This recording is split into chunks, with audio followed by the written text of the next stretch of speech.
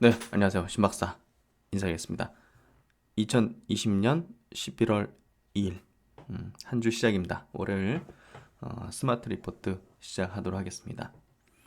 음, 월도 바뀌었으니까요. 네, 썸네일 한번 바꿔봤습니다.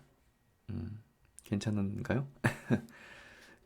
오늘 주제는요.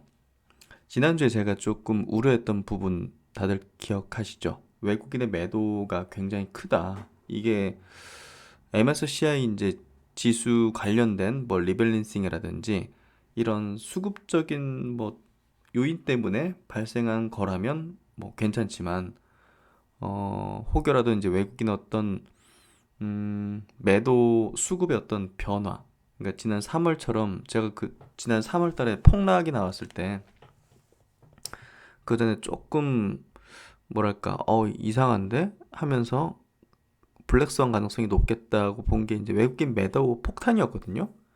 그게 이제 장중에 흘러내리는 흐름 자체가 굉장히 무서웠어요. 예, 이거는 그냥 뭐 수급적인 이유가 아니구나. 이거 그냥 뭔가 리스크 발동 때문에 내가 팔구나. 예, 그게 장중에도 막 던지는 게 이제 눈에 보이거든요. 근데 이번에는 그런 흐름은 아니었어요.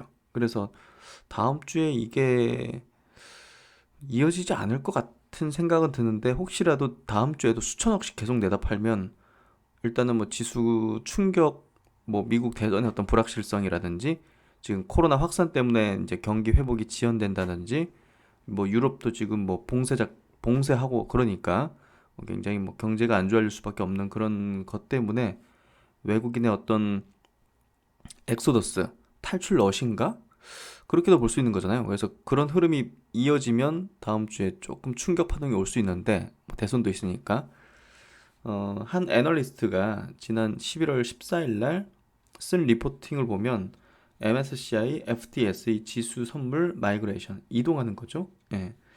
이동하는 측면의 어떤 수급이었다 이렇게 분석을 했더라고요. 그래서 이거는 한 구독자님이 저한테 제보를 해주셔가지고 알게 된 부분이고 제가 이제 리포팅을 찾아봐가지고 이제 분석을 해본 거거든요. 그래서 이 애널리스트의 어떤 의견, 생각도 한번 우리가 볼 필요가 있는 것 같고요. 제가 볼 땐 맞는 것 같아요. 그래서 다음 주에 제가 볼 때는 뭐 지난주 뭐 목요일, 금요일처럼 막 폭포수처럼 막 그런 수급이 아니다 하면 제가 볼 땐 이게 맞을 것 같아요. 그래서 크게 우려를 안 해도 되지 않을까? 그런 생각도 들고요. 그리고 이제 그 연말이니까 뭐 여러 가지 리포팅 많이 나오는 것 같은데요. 차 화전을 잡아라.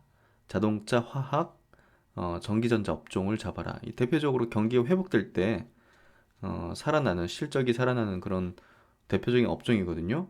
지난 2008년도 금융위기 이후에 2009년도, 2010년도, 11년도 이렇게 시장이 회복되는 가운데서 막 자문사 7공주 종목들, 뭐 차화정 섹터 이런 것들이 이제 굉장히 경기 회복과 맞물면서 굉장히 흐름이 좋았거든요. 상승 추세로. 그래서 지금 차화전 섹터가 다음 주 좀 좋을 것이다. 다음 내년에 좋을 것이다. 이런 의견들이 많은데 그거에 대해서 이제 리포팅도 있어서 한번 간단하게 체크를 한번 해드릴게요. 그래서 시장에 대한 얘기들 오전에 좀 드려보도록 하겠습니다. 그러면 이제 먼저 수급에 대한 얘기부터 하도록 할게요. 유안타 증권에서 나온 리포팅이고요. 그 11월 14일 날 나온 리포팅이죠. 묘한 수급, 싱가포르발 마이그레이션 해가지고 싱가포르 거래소에 이제 MSCI 지수 선물이 상장 폐지가 된다. 그래서 이게 이제 홍콩 거래소로 이제 이동하면서 거기에 따라서 어, 여기 있는 청산을 해야 된다. 예, 청산해야 되는 어떤 측면에서 외국인의 이제 선물 매도와 이제 그거에 따른 어떤 현물 청산이 이루어지는 부분이다. 이런 어떤 얘기를 하는 거고요. 결국 이제 그런 수급들은 추후에 이제 이런 어떤 이 거래소 이동 때문에 발생되는 어떤 수급이기 때문에 다시 이제 들어올 수급이고 또 이제 이것 때문에 막판에 막 흘러내리는 수급들이 이렇게 나오면 뭐 저가 매수 기회다 이런 주장을 뭐 한다고 보시면 될 것 같아요. 그래서 자세하게 왜 그런 내용인지 한번 체크를 해보도록 하겠습니다. 최근 지수 변경마다 미스터리가 반복되고 있다. 8월 31일 MSCI 리밸런싱이라는 비중 증가 계획에도 불구하고 0.06% 포인트 정도의 이제 비중 증가가 있는데도 불구하고 외국인이 코스피를 1.6조 원을 순매도했다. 지난 8월 30일 날 그랬어요. 근데 이제 뭐 금방 다시 회복됐죠. 지수 출렁거림이 없이. 그래서 수급적인 이유였기 때문에 그랬고요. 반면에 이제 FTSE 정기 변경 9월 18일 날 편입 종목에 외국인 순매수 비중이 이례적으로 높은 수준을 기록했다. 그러니까 이례적으로 많이 사네. 그래서 이게 대표적인 글로벌 그 인덱스 지수잖아요. MSCI랑 FTSE. 그래서 MSCI 지수에서는 우리나라가 한국이 신흥국에 편입돼 있어요. 그런데 FTSE 이제 이 지수에서는 선진국으로 편입돼 있어요. 조금 다르죠. 그래서 이 애널리스트는 지금 공매도 금지 때문에 지수 리밸런싱 영향력이 조금 높아졌다고 보지만 그래도 좀 미스테리하다. 이렇게 좀 이례적인 어떤 수급이 발생되는 게 조금 이례적이다. 이렇게 얘기를 하고 있어요. 음, 그래서 이 애널리스트도 조금 이상한 수급을 여러 가지 각도에서 한번 분석을 해보는 건데요.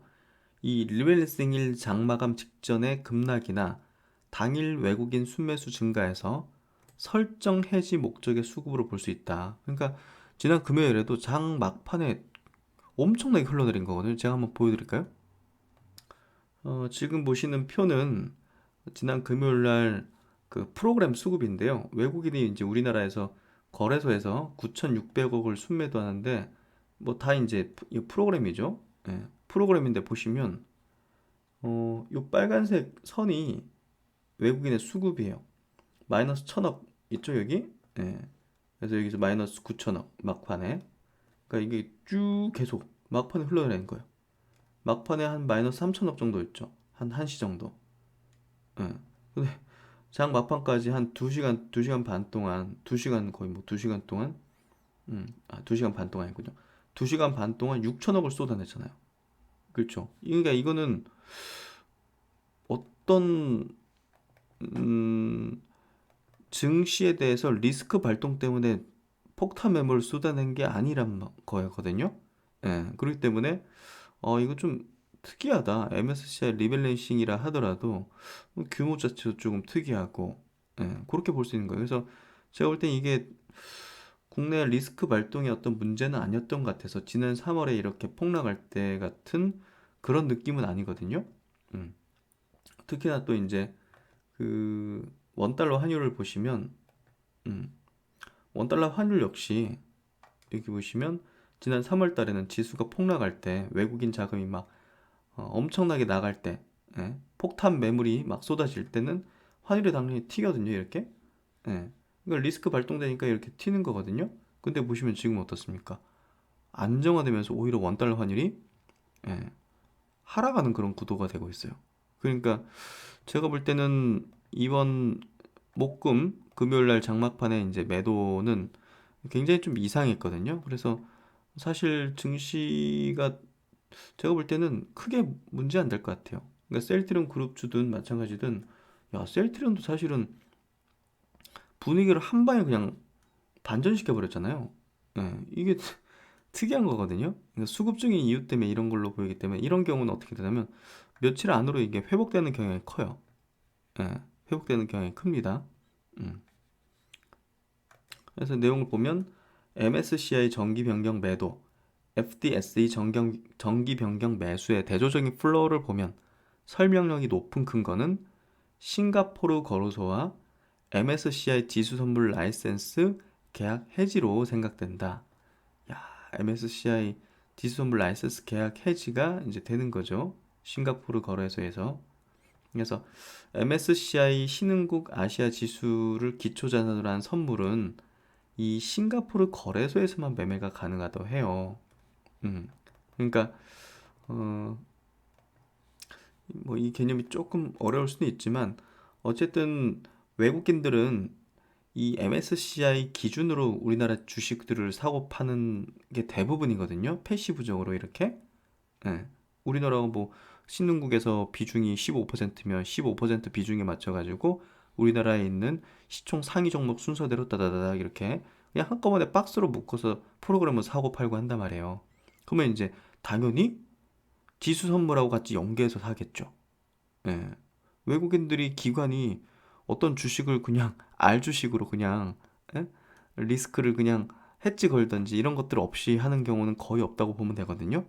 그래서 어떤 MSCI 추종하는 그런 어떤 현물을 살 때는 또 이제 지수 관련된 선물을 또 해지 형태로 가지고 있다든지 여러 가지 형태로 결합해서 이제 상품을 구성하기 때문에 그런 부분에서 이 굉장히 중요한 포인트인데 예, 이게 지금 싱가포르 거래소만 가능한데 거래가 이게 5월달 MSCI는 싱가포르 거래소와 라이선스 계약을 해지하고 홍콩 거래소와 신규 계약을 체결했다.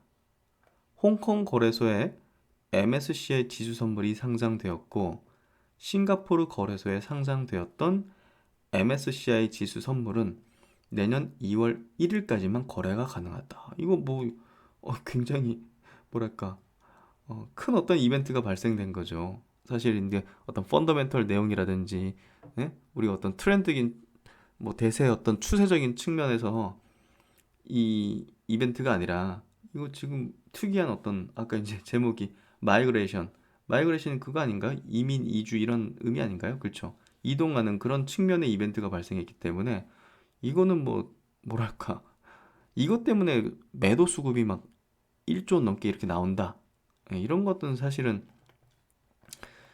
기회인 거죠. 사실은 우리 입장에서는 무슨 얘기인지 아시겠죠? 예. 이런 것들은 뭐 그냥 진짜 희한한 이슈잖아요. 그래서 이후에는 기존 포지션의 청산만 할 수 있다. 이게 무슨 얘기냐?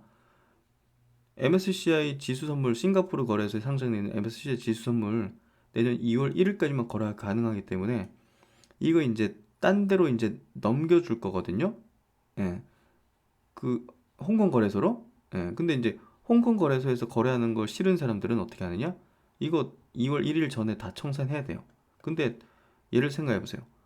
우리도 양도세 회피하는 물량이 12월 28일, 12월 마지막 거래일 기준으로 이렇게 책정되는데 10월부터 쏟아지잖아요. 그렇죠? 그러니까 마찬가지예요. 이것도 청산하고 싶은 사람들은 미리 청산한단 말이에요. 예. 나중에 막판에 몰려가지고 막 변동성 발생할 수도 있고 유동성 문제가 있을 수도 있고 그렇기 때문에 미리 기존의 포지션을 청산하고 싶은 사람들은 청산하는 거죠. 예. 그게 우리나라에 영향을 미친 걸로 보여져요. 그래서 리포팅 조금 더 읽어보면요. MSCI FTSE 지수 선물 마이그레이션에서 문제는 MSCI 지수 사용권을 홍콩에 빼앗긴 싱가포르 거래소가 FTSE와 지수 선물 라이선스 계약을 체결하면서 시작된다. 싱가포르 거래소는 내년 2월 거래가 종료되는 MSCI 지수 선물 약정의 유출을 막기 위해서 FTSE 지수 선물 상장을 조속히 추진했다. 이것도 이제 글로벌 여러 가지 어떤 그 추정해주는 대표적인 지수이기 때문에 이걸로 이제 이렇게 좀 넘기는 형태, 대체하는 형태로 이제 하기 위해서 결국 이제 엄청난 그 지수 선물 약정 유출을 막기 위해서 조속히 이제 추진을 하는 건데요. 어, 근데 이제 그 투자자들은 선물 같은 경우는 유동성이 굉장히 중요해요. 보시면 7월달 대만 지수 선물 거래량을 비교를 해보면 싱가포르에 상장된 FTSE 선물이 홍콩에 상장된 MSCI 지수 선물보다 우위인 것이 확인된다. 그러니까 지금 MSCI 지수 선물 포지션을 갖고 있는 사람들이 홍콩으로 이제 그게 이제 사용권이 옮겨가니까 그대로 이제 이쪽에서 거래를 할 수도 있는데 유동성이 너무 부족해요. 예. 그래서 그냥 싱가포르에 상장된 FTSE 선물로 그냥 옮기고자 하는 수요가 높을 거라 생각해 볼 수 있거든요. 그렇기 때문에 에, 이게 또 이제 그 기초자산하는 현물 수급에 영향을 주는 거죠. 지금 대량의 매도 수급이 나오는 게 그런 일시적인 바꿔치기 한다는 개념에서 일시적으로 나오는 현물 매도라고 보여지고 그건 다시 사들여야 되는 수급이라고 볼 수가 있는 거예요. 그래서 이제 대만 지수 선물 마이그레이션 플랜, 요게 이제 관심 가질 플랜이다. 이렇게 10월 14일 날 이 리포팅을 썼으니까 미리 지금 이번 10월 말에 이렇게 외국인 수급이 크게 나올 수 있는 부분들을 이 애널리스트가 예상을 한 거예요. 예, 시나리오를 갖고 있었던 거예요. 그래서 대단한 분석력인 것 같고요. 11월 미 대선의 불확실성, 12월 연말 거래량 부족 등을 이유로 싱가포르 거래소가 일정을 내년 2월에서 10월 30일로 앞당겼기 때문이다. 기존 MSCI 대만 지수 선물을 보유했던 계좌는 계약수 비율에 맞춰서 FTSE 대만 지수 선물로 전환된다. 이를 원하지 않는 투자자는 10월 30일 이전에 포지션을 청산을 해야 된다. 예. 근데 이게 왜 한국에 대한 어떤 외국인 매도랑 연계되냐? 재밌는 게 이제 대만하고 한국, 이 신흥국의 어떤 관련된 포지션은 외국인 입장에서는 비슷하게 이제 움직일 가능성이 높아요. 그러니까 이제 싱가포르 상장 MSCI 대만 지수 선물의 거래 정지가 10월 말 선반영 예정인데 이 외국인 투자들 입장에서는 내년 2월 정지될 신흥국 지수 선물 청산도 같이 병행시킬 가능성이 높은 거예요. 거기에 따라서 예, 한국도 대량의 이제 선물 매도와 함께 현물 매도가 이제 복합적으로 이루어진 것 같아요. 목요일, 금요일 같이. 그래서 어떻게 보면 대만의 어떤 외국인 포지션이 대만하고 한국은 비슷하게 가기 때문에 그런 영향을 좀 받았다고 보여지고요. 뭐 11월 30일 날 MSCI 리밸런싱 요때 이제 기초자산 청산 가능성 있는 부분들이 조금 미리 앞당겨져 발생됐을 가능성도 높고요. 그리고 12월 18일 날 FTSE 리밸런싱 때는 오히려 이제 주요 이제 편입되는 이 지수에 편입된 종목들은 수급이 더 플러스적인 어떤 요소가 발생될 수도 있는 거고요. 그래서 내년 2월 1일 날 뭐 싱가포르 거래소의 전체 MSCI 지수 선물이 거래가 불가하기 때문에 이때 전까지 이제 청산만 가능한데 외국인 입장에서도 미리 당겨가지고 청산을 하는 경향이 높은 것 같다. 이렇게 좀 이해하면 될 것 같아요. 그래서 결론적으로 이 애널리스트는 10월 말 또는 MSCI FTS 리밸런싱 전에는 단기 변동성이 나타날 수 있으니까 변동성 회피 전략, 포지션을 뭐 축소한다든지 그런 걸 좀 전략으로 좀 내세운 것 같아요. 근데 이제 설정 해지 관련된 수급 시그널, 아까 이제 보여드렸죠? 장마감에 이제 신흥국 전반의 매도 등이 확인될 경우에는 적극적인 비중 확대 전략이다. 결국 이거 뭐 리밸런싱 문제고 이게 뭐 지속되는 뭐 스탠스가 지속되는 흐름은 아니기 때문에 그런 부분에서 기회다. 그렇게 좀 얘기를 결론 짓는 것 같아요. 그래서 지난 금요일 날 대만 지수 흐름을 보면요. 분봉으로 한번 보여드릴게요. 분봉도 보시면 대만 지수가 12시 30분 이후로 쭉 이렇게 우리나라랑 비슷하죠.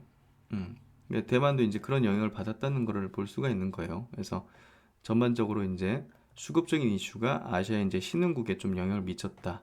그렇게 좀 보여지고요. 그러니까 코스닥 지수, 코스피 지수도 사실은 3일 연속 양봉 뜨면서 이거 추세가 이게 좀 올라간 했는데 사실 이제 수급적인 이런 문제 때문에 왜 이렇지 하는 그런 수급들, 외국인의 수급들이 나온 게 아닌가 하는 생각이 좀 들어요. 그래서 그렇게 한번 이 리포팅은 참고를 해보시면 될 것 같고요. 그래서 과거에도 이제 보시면 8월 달에 MSCI 이제 외국인 매도 금액 파란색 보시면 이때 이제 쭉 빠졌다가 매도했다가 다시 뭐 이렇게 샀잖아요. 그래서 그렇게 겁낼 필요는 없다고 생각됩니다. 오히려 이제 지금 코로나가 확산돼 가지고 전 세계 막 국가들 막 프랑스 뭐 영국 막 봉쇄하는 부분들이 단기 충격은 있을 수 있는데 사실은 뭐 단기 충격 뒤에는 어, 강하게 추세가 전환되는 흐름이 나올 걸로 보기 때문에 결국 봉쇄한다는 건 뭐예요? 1, 2주 뒤에는 이제 확진자 수가 감소할 거 아닙니까? 조치를 한다는 거기 때문에. 그렇기 때문에 불확실성이 아닌 거예요, 이제. 근데 미국은 지금 불확실성이에요. 왜냐? 10만 명씩 늘어나고 있는데 조치를 안 하고 있어요. 봉쇄 같은 것도 안 해요. 그 때문에 이게 11만 명, 12만 명 갈 수 있는 거잖아요. 그렇기 때문에 미국 지수는 조금 더 출렁거릴 수가 있어요. 이어질 수 있다는 거죠. 대선이라는 불확실성까지 있기 때문에 또. 음. 그래서 미국 증시는 조금 부정적이에요. 예, 단기적으로.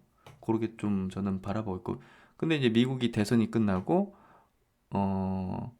또 이제 이 코로나 상황에서 적극적으로 대응하는 그런 액션이 나오게 되면, 그리고 이제 혹시라도 이제 또 부양책이 또 통과가 되면 완전히 추세가 반전되는 거죠.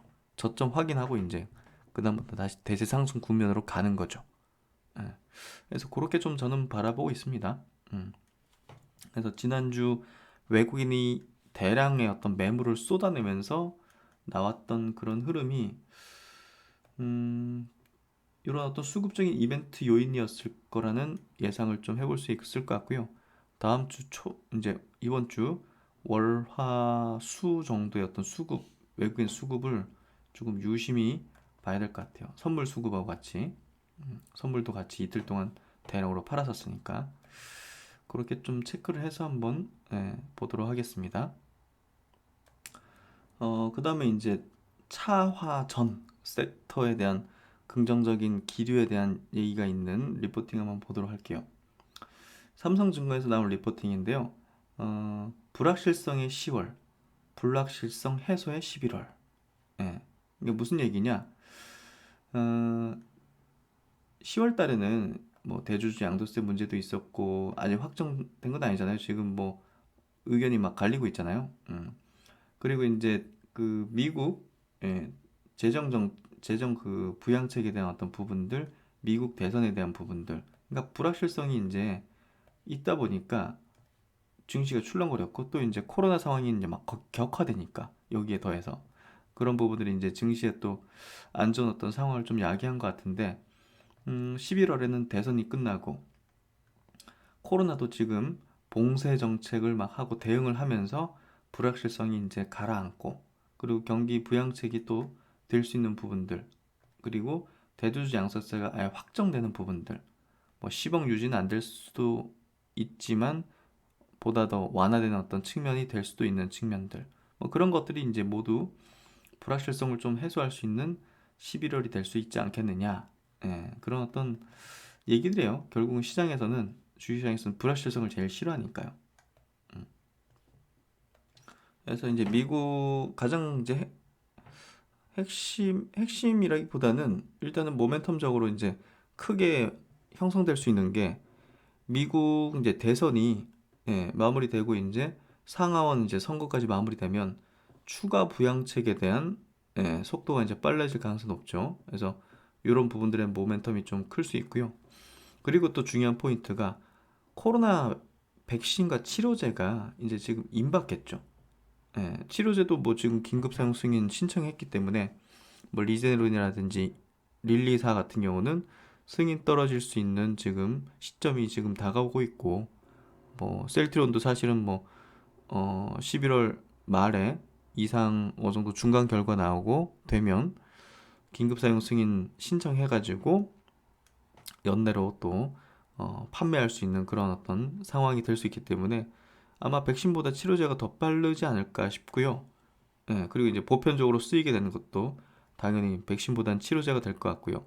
백신은 어느 정도 내년쯤 봐야지 되지 않을까 그렇게 생각되거든요. 그래서 11월 달에는 치료제가 나오게 되면 음, 상당히 좀 그 불확실성 해소 차원에서 증시에도 좀 좋은 영향을 줄 거라고 생각이 됩니다. 그래서 그런 부분들이 11월 달에는 좀 불확실성이 거치는 부분이기 때문에 증시가 추세적인 어떤 부분을 바꿀 수도 있다 얘기하는데 저는 추세를 완전히 바꾼다기보다는 조금 하방을 지지하는 형태에서 조금 개선되는 측면, 수급이 개선되는 측면 그런 흐름이지 않을까 생각이 돼요. 그래서 이 리포트에서는 결국 이제 그 기존에 이제 BBIG 섹터 쪽에 대한 그 수혜를 계속 주장을 하고 있고 뭐 저도 마찬가지입니다. 그 방향 인터넷 플랫폼 바이오 이제 2차전지 쪽 거기에다가 이제 글로벌 경기 부양책에 따른 이제 회복 기대감에 따른 회복이 되고 있죠. 사실은 그렇기 때문에 차화전이라는 용어를 썼어요. 그래서 재밌잖아요. 그래도 딱 그 머리에 박히는 자동차, 화학, 전기전자 섹터 쪽으로 종목을 미네요. 또 추천 종목을 주네요. 삼성전자, 현대차, 롯데케미칼. 저는 동의합니다. 요 세 종목. 음. 그래도 시장 대비 아웃퍼폼, 시장 대비 수익률이 좋을 거라고 생각을 해요. 그래서 그런 부분에서 한번 눈여겨보셔도 좋을 것 같고요. 친환경 정책 쪽에서 LG화학, 삼성 SDI, 하나솔루션, 현대제철. 괜찮다고 봐요. 근데 저는 이 두 종목만 보면 되지 나머지 두 종목을 굳이 볼 필요 있나? 지금 시점에서 그렇게 좀 생각이 되고요. 롯데케미칼은 제가 설명드린 적은 없었는데 요거 보면 실적이 향후 좋아질 걸 좀 예상할 수가 있죠. 여기 보시면 파란색 선이 이게 이제 그 스프레드인데요. 이 화학 업체들은 이 스프레드가 뭐냐면 납사가 이제 이 원료예요. 제품을 만드는 원료거든요. 여기에다가 이제 저밀도 폴리에틸렌, LDP, 여기 이제 기초 이제 소재, 그냥 판가라 보면 돼요. 원가, 판가 이 차이가 큰 게 이익이 많이 남겠죠. 이걸 스프레드를 하는데 스프레드 이게 올라가고 있죠. 그러니까 이익이 늘어날 거예요, 향후에. 그런 부분들이 경기 기대감이 부니까 이렇게 되는 거죠, 결국은. 그래서 주가는 아직까지 밑에 있고 스프레드는 올라가고 있다. 그러니까 스프레드 올라가는 거를 보조를 맞춰서 주가도 좀 올라갈 거다. 이렇게 예상을 해볼 수 있는 거예요. 경기 회복 기대감에 따른 어떤 부분이라 보시면 될 것 같고요. 또 이제 2차전지 쪽 보면 LG화학, 삼성 SDI, CATL, 중국의 이제 CATL과 주가 흐름을 비교를 해놨는데요. 최근에 CATL이 이제 치고 달리네요. 거기에 비해서 지금 LG화학과 SDI는 좀 쉬고 있죠. 그래서 매력적인 것 같아요. 피어 그룹 대비해서 글로벌 피어 그룹 대비해서 주가 수준도 매력적이고 중장기적으로 뭐 유망하잖아요. 계속적으로 장기적인 어떤 관점 말씀드리는 종목이고. 그래서 두 종목은 좀 긍정적으로 바라보시면 좋을 것 같고요. 그리고 이제 이 리포팅에 주요 기업 실적 발표 일정이 나와 있네요. 11월 초에는 아마 셀트리온도 실적 발표가 있을 것 같고요. 삼성 리포트에는 셀트리온과 관련된 얘기는 전혀 원래 없기 때문에 안 나와 있는 것 같고요. 주요 종목 보시면 SK 하이닉스가 11월 4일 날, 그리고 카카오 게임즈가 11월 4일, 그리고 카카오가 11월 5일, 롯데케미칼이 11월 6일 이렇게 실적 발표가 있네요. 한번 참고해 보시고요. 그리고 마지막으로 요거는 짚을까 말까 고민하다가 짚어드릴게요. 흥국증권에서 나온 리포팅인데요. 예, 어, 10월 말에서 11월 초 매수 타이밍 구간이다. 이제 코스닥 가격 레벨도 매력적인 수준에 도달했다. 저도 이제 공감해요. 그래서 읽으면서 이거는 제가 소개 한번 해드려도 되겠다는 생각이 들었고요. 지금 코스닥도 상당히 좀 밸류에이션 측면에서 매력적인 수준에 내려와 있어요. 사실은. 그래서 그런 부분에서 사실은 용기를 낼 구간이다. 저는 그렇게 생각을 하고요. 그래서 이 리포팅에서는 지금 코스닥 760포인트 부근 4분기 저점이 유력하다 이렇게 좀 얘기를 하고 있고요. 최근에 이제 코스닥이 나스닥과 함께 올해 뭐 전 세계 증시에서 가장 높은 상승률을 보인 증시 중에 이제 하나인데 6개월간 이제 급등한 상황에서 대조주 요건 강화를 우려한 선제적인 어떤 수급적 요인 요게 이제 최근에 단기 급락을 좀 만들어냈다 이렇게 좀 분석을 하고 있고요. 그러니까 평균적으로 볼때 고점 대비 평균적으로 한 15% 정도 4분기 최대 하락률이었는데 뭐 그 정도 수준이니까 이 정도면 좀 예, 저점 매수를 해볼 수 있고 저점이 유력하다 이렇게 좀 분석을 하고 있는 것 같고요. 그리고 이제 미국의 지금 안일한 좀 코로나 대응 조치가 나오면 오히려 그것이 바닥 신호가 될 수 있다는 이 부분도 한번 눈여겨보시면 좋을 것 같아요. 그래서 지금 유럽은 뭐 봉쇄하고 있으니까 어차피 이제 그렇게 되는 거고 미국은 지금 뚜렷하게 조치를 취하지 않고 있는데 뭐 사실은 이게 계속 늘어날 수 있다는 불안감과 불확실성을 주는 거잖아요. 그러니까 이게 뭐 봉쇄 억제 조치나 이런 것들을 하게 되면 하게 되면 예, 강하게 하게 되면 그때부터 이제 확진자가 줄어들 수 있다. 그런 바닥의 논리가 형성될 수 있기 때문에 지난 3월 달 바닥 형성된 것도 그런 포인트부터 생긴 거였거든요. 그래서 그런 걸 좀 눈여겨보시면 사실상 어, 봉쇄했다 이 뉴스가 터지면 사실상 바닥이 찍히는 거다 이렇게 좀 볼 수 있지 않을까 생각이 되고요. 음. 그리고 이제 그런 것들이 오히려 이제 추가 부양책에 대한 명분을 주는 거잖아요. 예, 그게 또 지난 3월달 증시에서 그렇게 막 봉쇄를 하고 하면서 경기가 안 좋아질 거니까 부양책을 어마어마하게 쏟아내면서 그게 3월 말에 그 지수 저점을 형성시켜 준 거였거든요. 우리가 단 6개월 전에 있었던 그거를 기억을 해보세요. 그러면 야 뉴스에서 막 봉쇄시켰다 이제 사람들 이동 제한시킨다 하면 그리고 이제 부양책이 나올 명분 주면 아 이제 슬슬 바닥이 다져지는구나 이렇게 좀 역으로 생각해야 되거든요. 음. 그래서 이번 조정 국면은 보다 더 현명하게 좀 대응하셨으면 좋겠고요. 예. 어차피 경기는 회복되는 과정이 있습니다. 일시적으로 봉쇄 때문에 뭐 유럽 경제든 일시적으로 확 그러는 거지만 추세 자체는 흐름 자체가 올라오고 있는 거예요. 그러니까 너무 걱정 마시고 지금의 이런 상황을 음, 역으로 활용하는 그런 어떤 현명한 대응이 저는 필요하지 않을까 생각이 됩니다. 그래서 이번 스마트 리포트도 많은 도움이 되셨기를 바라고요. 이번 한 주도 함께 화이팅 하면서 동행하도록 하겠습니다. 즐거운 월요일 되시기 바랍니다. 감사합니다.